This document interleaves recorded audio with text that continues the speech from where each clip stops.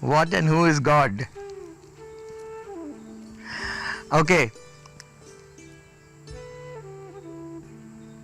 It has a very simple answer if one is willing to accept its simplicity. If I ask you a simple question, who invented the electric bulb? What will you say? You will say Thomas Alva Edison. Correct? What if I tell you, no, Thomas Alva Edison did not invent the electric bulb? Will you believe me? No. Why you won't believe me? Because you have studied and you have been told that Thomas Alva Edison is the one who invented the electric bulb. Now I am asking you a question.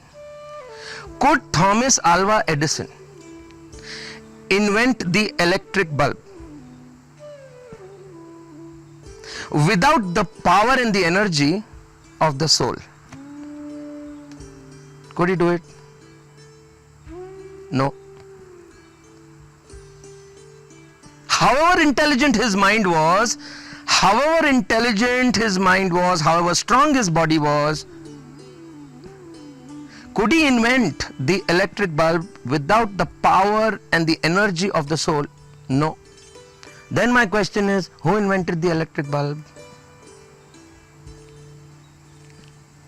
Now what will you say? Soul. Right. But in context, the power and the energy of the soul through the mind and the body of a human being whose name was Thomas Alva Edison, for the sake of identification in that era of time. Yes or no? That's why the great William Shakespeare said, what's in a name? But what do? Name, मैं, I am this, I am that. Alright, so just as I asked you who invented the electric bulb, another small question. Who created, formatted and invented the English language? English is a universal language today. We all learn English, we all speak English, we all write English, we communicate. It's a global language, correct? Who created it? Something that we are all following today. Who created it? It was a group of souls who put their minds together and decided and said that there should be 26 letters in the alphabet, A to Z, and from those 26 letters in the alphabet, we will make words. Those words will be given some meaning. With those words we'll create sentences, statements. Those sentences will create paragraphs. Those paragraphs will then create a story, and then we will listen to it and communicate it.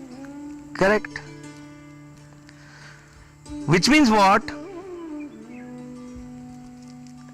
That the power and the energy of the soul through the mind and the body of a group of human beings decided and said, I'm going to fine tune your understanding of the word God. Just listen very carefully. Keep your notions and judgments and preconceived, whatever you got, keep it aside. Perception, everything aside. Just listen. So this group of souls decided and said, from the 26 letters of the alphabets, G, O, D is God. And that is what we in today's time, for us, God stands for God. Now go back to that era when those same group of souls with their mind decided and said, from the 26 letters of the alphabets, P-E-N is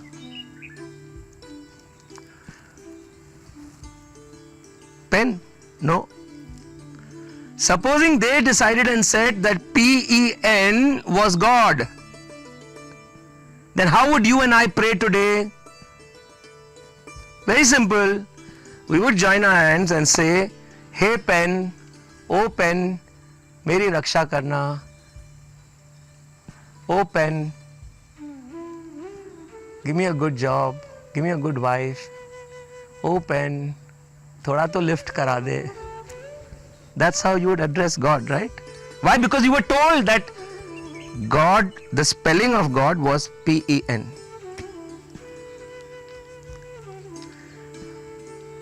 Then my question is, who and what is God?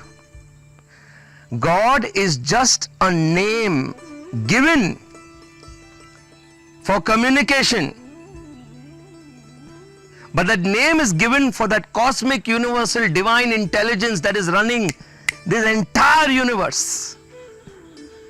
And that power, that cosmic, universal, divine intelligence that is running this entire universe is running it through you. You. Through me. And that's why that God is not outside. That power is within you. Sant Kabir said, मोको कहाँ ढूंढे रे बंदे, मैं तो तेरे पास में, खोजी हो तुरंत मिल जाऊं एक पल की तलाश में। कहत कबीर सुनो भाई साधो, मैं तो हूँ विश्वास में, मैं तो हूँ तेरे पास में, मैं तो हूँ तेरे अंदर।